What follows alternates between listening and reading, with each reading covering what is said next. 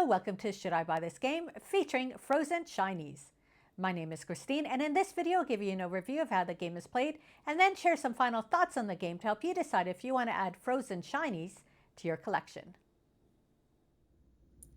This is the game Frozen Shinies, the Emperor Penguin's nephew, and this is a companion game to Jewels for the Emperor Penguin, but it is a standalone game. It's just around the same theme.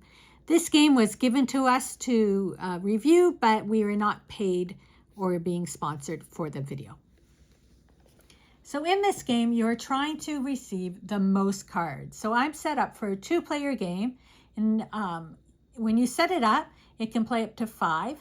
And you have 3 rows. So the number of players plus another row with 6 cards. And there's more cards to add into the game based on the number of players. So your cards all have a number on them, and then some cards have an ability, and you have the option of using your number or using the ability. So I'm going to go through a few turns of this game to give you some idea how the game is played. So I'm going to start by getting this card here, and on your turn you're always trying to add an extra card. So you have to spend a card into a row. So say if I was to spend this card here, I would not be able to take cards from this row. I'd have to go from here to here.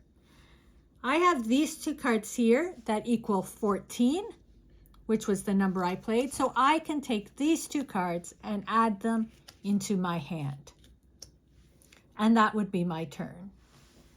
So we're going to go over here. And this 12 has the ability that you can move the back card to the front and then resolve the value of this card. So when I was looking here, I can move this 6 to the front, and now it's 6, 10, 12. I can take these 3 cards. Now they have to go in order. I just counted them that way, but it has to be taken in order of the thing. So I could have played that card there. I hadn't played my card. And then I can take these 3 cards into my hand. Now we're playing until we only have 1 stack left. So we come back over here. This card here lets you gain a fish, which is beneficial. These are the fish. I'll tell you about them in a minute.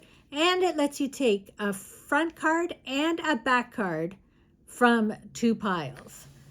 So before we play the card, we're trying to decide which cards we're going to want to take. And so I might play it here because I'm going to take this 7 and I'm going to take this 4.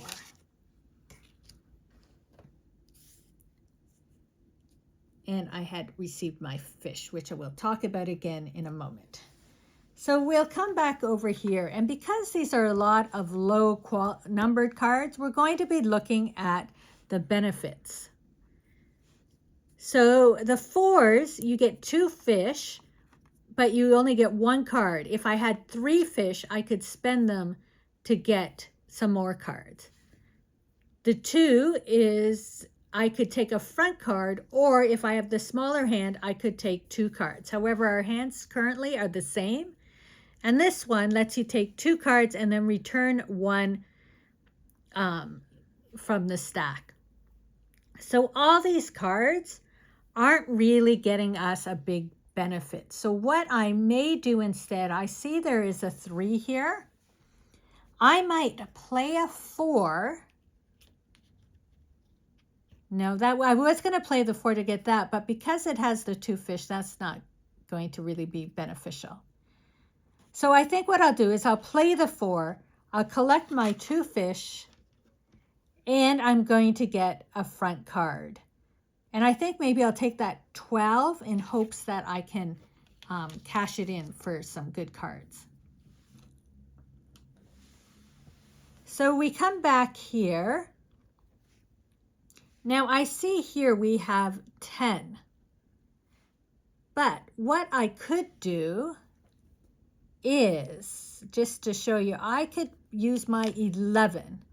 So I'm going to play my 11, and I'm playing it for a number. I'm not going to be moving any cards. I'm just playing it for the number. So 11, these two cards equal 10.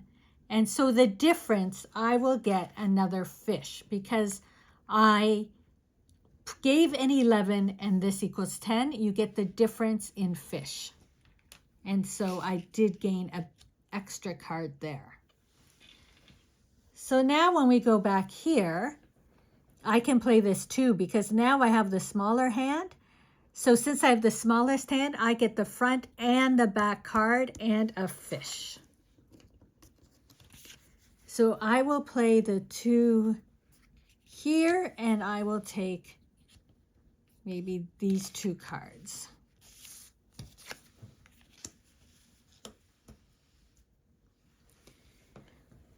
So I'm going to show you now when a fish is used. So I'm going to play the 10 and I'm going to play it for the number. So here we have a 9 and a 2 and it's an 11 and I want both of these cards. So I play my 10, but because it's 11, I can cash in a fish to make the difference. So to get 9, 10, 11 in the value with a 10 plus 1 fish equals 11. So that is a way you're using your fish, is to make up the difference. And there I'm up to 6 cards. So that's how the game plays. You go back and forth. We're now down a row. So once one more of these rows are complete, then the game will end. And you just add up how many cards you have. And if it's a tie, then how many fish you have.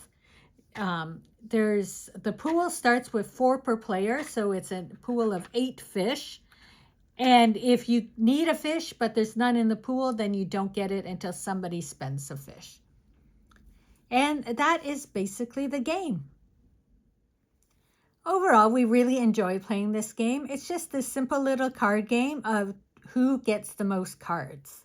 I like that there's double use cards, so you can either use this number or the ability that the card has. And each of the cards have different abilities. Sometimes the smaller the number, the better the ability. Whereas the big numbers like the 14 actually don't have any abilities. They just are straight up the number. Here's the 14 there so you can see.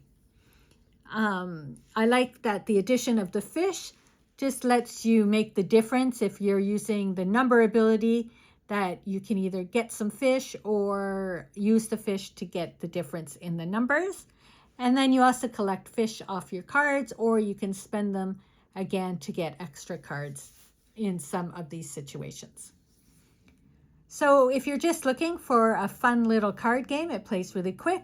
Gemma and I played multiple games of it back to back, and it was always a little different and fun. And I'm sure the more people you add to the game, the different challenges you will come across. So let me know if you have played Frozen Shinies and what you think of this game.